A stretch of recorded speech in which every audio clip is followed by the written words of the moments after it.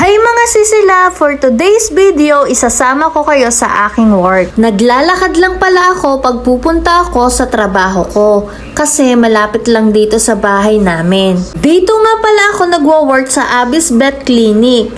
8 AM to 5 PM nga pala ang clinic hours namin dito. Eto nga pala ang unang bubungad sa inyo. Dito nga pala ginugroom ang mga dog na dinadala nyo dito. At meron nga pala kami din ditong mga cage na tinitinda. At pagpasok mo dito, makikita mo ang reception area. At madami nga pala kaming product na tinitinda dito.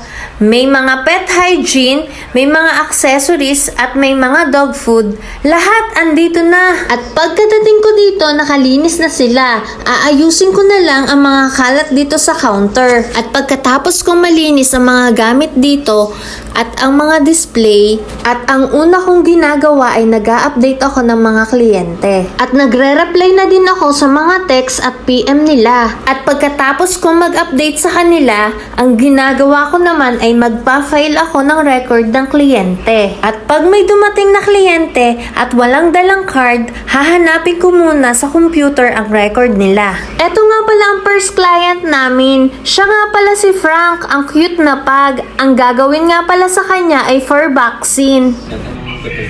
40 po.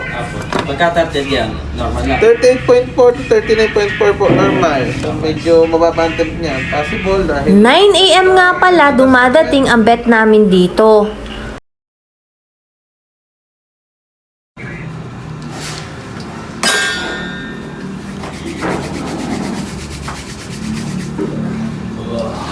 ito na 5 in 1 na.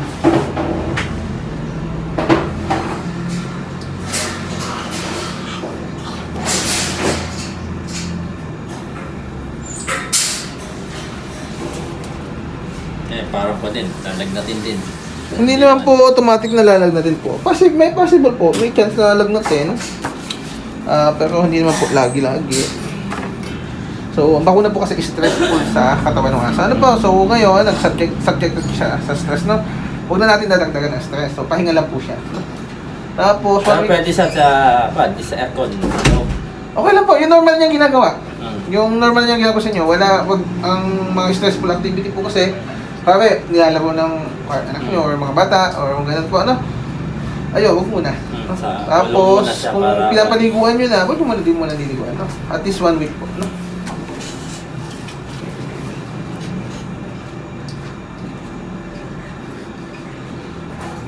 Just in case po nalagnatin, May check-up nga palang dumating. Ang concern ni Sir ay matamlay at di kumakain ang kanyang dog. Ang advice ni Doc ay ipatest for Farbo para ma-confirm kung positive nga ito sa Farbo. At pinatest na nga ni Sir ang kanyang alagang dog at nag-positive nga ito sa Farbo virus.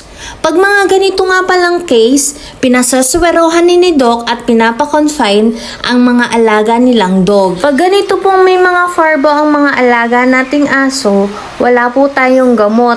Mga supportive treatment lang po. At eto nga pala ang services namin dito.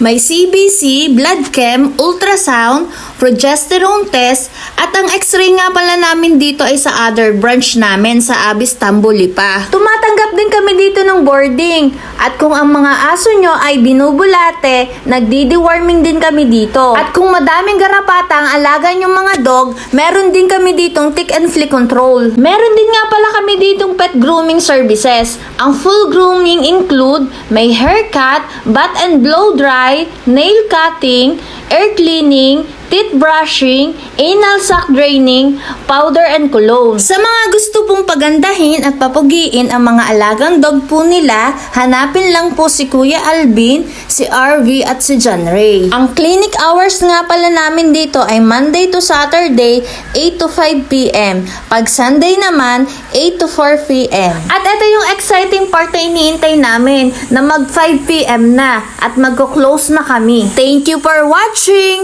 Panoodin nyo na, baka panoodin pa ng iba.